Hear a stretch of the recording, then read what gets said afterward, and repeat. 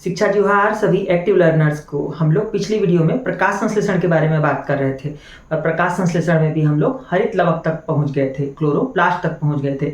आज हम देखते हैं कि क्लोरोप्लास्ट में कौन कौन से वर्णक सिस्टम या फिर पिगमेंट सिस्टम होते हैं जिनकी सहायता से फोटोसिंथेसिस किया जाता है। प्रकाश संश्लेषण में कई तरीके के पिगमेंट या फिर कई तरीके के वर्णक काम करते हैं। ये सभी पिगमेंट ही प्रकाश का अवशोषण करके प्रकाश को रासायनिक ऊर्जा में बदलने में मदद करते हैं। इन पिगमेंट्स के नाम है क्लोरोफिल, जिनके बारे में आप जानते होंगे। क्लोरोफिल हरे रंग का एक पिगमेंट होता है। इसके सेंट्रल पॉइंट में मैग्नीशियम होता है। क्लोरोफिल और हीमोग्लोबिन दोनों की संरचना लगभग समान ही होती है। क्लोरोफिल में एक छोटा सा फाइटोल्टेल एक्स्ट्रा होता है। क्लोरोफिल के मध्य में मैग्नीशियम होता है जो इसे हरा रंग देता है, और हीमोग्लोबिन के मध्य में आयरन होता है जो कि इसे लाल रंग देता है। क्लोरोफिल हरे रंग का होता है और क्लोरोफिल ए, बी, सी कई प्रकार के क्लोरोफिल हो सकते हैं। क्लोरोफिल ए होता है वह सभी हरे पादपों में मौजूद होता है और यही रिएक्शन सेंटर का काम करता है।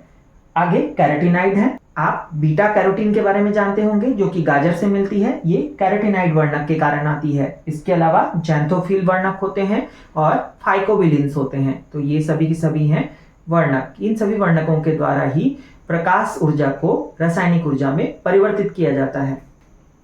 लाइट हार्वेस्टिंग कॉम्प्लेक्स या प्रकाश हार्वेस्टिंग कॉम्प्लेक्स, बहुत सारे पिगमेंट सिस्टम आपस में मिल करके एक साथ काम करते हैं। इसे ही लाइट हार्वेस्टिंग कॉम्प्लेक्स कहते हैं।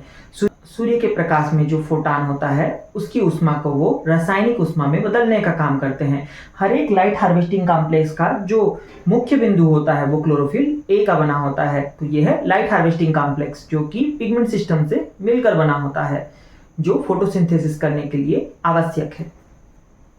अगर आप किसी भी प्रकार के एग्रीकल्चर या कृषि समूह से जुड़े हुए परीक्षाओं की तैयारी कर रहे हैं, जैसे कि PAT, CGPAT Chhattisgarh pre agriculture test, CUET, ICAR, या फिर एग्रीकल्चर टीचर, एग्रीकल्चर गुरुजी या एग्रीकल्चर से जुड़े हुए किसी भी एग्जाम की तैयारी कर रहे हैं, तो आप मेरे ऐप से मुझसे जुड़ सकते हैं। मुझसे जुड़ने के लिए आप नीचे दिए गए इस नंबर पर मुझे मैसेज कर सकते हैं, या फिर चाहें तो ऐप का लिंक नीचे डिस्क्रिप्शन बॉक्स में है, इसे डायरेक्ट डाउनलोड कर सकते हैं, या फिर इस QR कोड को स्कैन करके मेरा ऐप डाउनलोड कर सकते हैं। मुझसे जुड़िए और आपके एग्रीकल्चर की जर्नी को आसान बनाइए। Thank you. अगर प्रकाश संश्लेषण को देखा जाए तो यह मुख्यतः 2 चरणों में ही होती है। पहले चरण को प्रकाश अभिक्रिया या फिर लाइट रिएक्शन कहते हैं। इस प्रकाश अभिक्रिया के लिए सूर्य प्रकाश की आवश्यकता होती है, और दूसरे चरण को अप्रकाश अभिक्रिया या फिर डार्क रिएक्शन कहते हैं। आज हम लोग इस वीडियो में सिर्फ प्रकाश अभिक्रिया को देखेंगे। सीरीज की जो वीडियो होगी उसमें हम लोग अप्रकाश अभिक्रिया को डील करेंगे। प्रकाश अभिक्रिया लाइट रिएक्शन जो होती है वह 2 भागों में विभक्त होती है। पहला साइक्लिक ETS, जिसे चक्रीय ETS भी कहते हैं। ETS का फुल फॉर्म होता है इलेक्ट्रॉन ट्रांसपोर्ट सिस्टम, और नॉन साइक्लिक ETS या फिर अचक्रीय ETS जो डार्क रिएक्शन होती है उसे C3 साइकिल भी कहते हैं या फिर केल्विन साइकिल भी कहते हैं। तो आज की वीडियो में हम लोग प्रकाश अभिक्रिया को डील करते हैं। प्रकाश अभिक्रिया को हील रिएक्शन भी कहते हैं क्योंकि इसे हील नाम के वैज्ञानिक ने खोजा था, या फिर इसे स्वांगीकरण शक्ति का जनक कहा जाता है। फोटो एसिमुलेटरी पावर का जनक कहा जाता है। प्रकाश अभिक्रिया को इन सभी नामों से जाना जाता है। प्रकाश अभिक्रिया मुख्यतः 2 चरणों में होती है, साइक्लिक ETS और non cyclic ETS। Cyclic ETS जिसमें कि इलेक्ट्रॉन चल करके एक पूरा चक्कर लगा करके अपने मूल रिएक्शन सेंटर में वापस आ जाता है, और नॉन साइक्लिक ETS जिसमें इलेक्ट्रॉन चल करके जल के अणु के साथ में जुड़ जाता है, इसलिए उसे नॉन साइक्लिक ETS या फिर जेड अभिक्रिया या फिर जेड स्कीम कहते हैं। ETS या फिर इलेक्ट्रॉन ट्रांसपोर्ट सिस्टम। ETS का मतलब होता है इलेक्ट्रॉन का ट्रांसपोर्ट होना। इलेक्ट्रॉन जब भी ट्रांसपोर्ट होता है तो बिजली का निर्माण होता है या विभव का निर्माण होता है। इसी विभव का इस्तेमाल करके फोटोसिंथेसिस की प्रक्रिया में NADPH2 और ATP का संश्लेषण किया जाता है। इसी NADPH2 और ATP को ही स्वांगीकरण की ऊष्मा या फिर एसिमुलेटरी पावर कहा जाता है। इसी एसिमुलेटरी पावर का इस्तेमाल करके CO2 को कार्बोहाइड्रेट में बदला जाता है। एसिमुलेटरी पावर या फिर स्वांगीकरण की ऊर्जा NADPH2 और एटीपी को मिला करके एसिमिलेटरी पावर या फिर स्वांगीकरण की ऊर्जा कहा जाता है। इसी ऊर्जा का इस्तेमाल करके पौधे CO2 को कार्बोहाइड्रेट में बदलते हैं। यही NADPH2 और ATP ईंधन का काम करते हैं कार्बोहाइड्रेट के निर्माण में। अगर साइक्लिक ETS की बात की जाए, साइक्लिक इलेक्ट्रॉन ट्रांसपोर्ट सिस्टम या चक्रीय इलेक्ट्रॉन ट्रांसपोर्ट सिस्टम की बात की जाए, तो इसका जो लाइट हार्वेस्टिंग कॉम्प्लेक्स होता है या फिर प्रकाश हार्वेस्टिंग कॉम्प्लेक्स होता है, वह प्रकाश के P700 या P700 पर उत्तेजित हो जाता है। यह जो क्रम दिखाया गया है, ये सभी की सभी इलेक्ट्रॉन का पथ है।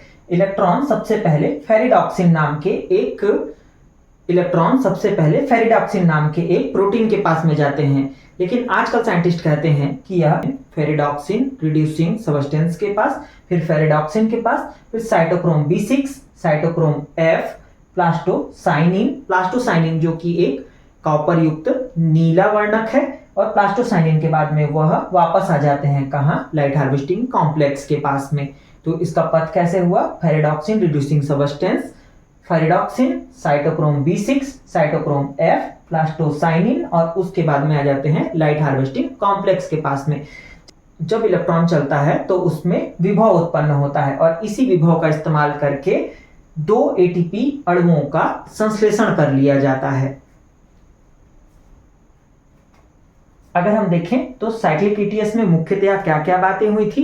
वर्णक तंत्र प्रथम में होता है, या फिर यह ग्रेना और स्ट्रोमा थैलेकॉइड दोनों ही थैलेकॉइडों में होता है। P700 में इसका लाइट हार्वेस्टिंग कॉम्प्लेक्स जो है वह उत्तेजित हो जाता है। 2 ATP अणुओं का इसमें निर्माण होता है। FD जो है वो फेरिडॉक्सिन है और PC प्लास्टोसाइनिन है। ये दोनों के दोनों एक प्रकार के प्रोटीन हैं जो कि इलेक्ट्रॉन के ग्राहक होते हैं। तो ये है चक्रीय इलेक्ट्रॉन ट्रांसपोर्ट सिस्टम। अब हम देखते हैं non cyclic electron transport system. अचक्रीय इलेक्ट्रॉन ट्रांसपोर्ट सिस्टम या फिर नॉन साइक्लिक ETS या फिर अचक्रीय इलेक्ट्रॉन अभिगमन पथ, इसे जेड स्कीम भी कहते हैं। अब देखिए इस फोटो को, जो कि जेड के समान दिखती है, इसीलिए ही इसे जेड स्कीम भी कहा जाता है। इस अभिक्रिया की शुरुआत में 4 जल के अणुओं का जल अपघटन या फिर हाइड्रोलाइसिस होता है। जो ये इलेक्ट्रॉन ट्रांसपोर्ट सिस्टम है, P680 नाम का लाइट हार्वेस्टिंग कॉम्प्लेक्स जो है वह एक्टिव होता है, जो कि PS सेकंड कहलाता है। यह सबसे पहले थियोफाइटिन नाम के एक वर्णक पे इलेक्ट्रॉन जाता है। थियोफाइटिन नाम से फिर साइटोक्रोम B6 में, साइटोक्रोम B6 से साइटोक्रोम F में, साइटोक्रोम F से प्लास्टोसाइनिन में। प्लास्टोसाइनिन इसे लाइट हार्वेस्टिंग कॉम्प्लेक्स फर्स्ट को भेजता है, LHS फर्स्ट को, जो P700 में एक्टिव होता है या फिर P फर्स्ट कहलाता है, PS फर्स्ट कहलाता है, फोटो सिस्टम फर्स्ट कहलाता है। और यह फिर उसे फेरिडॉक्सिन को भेजता है।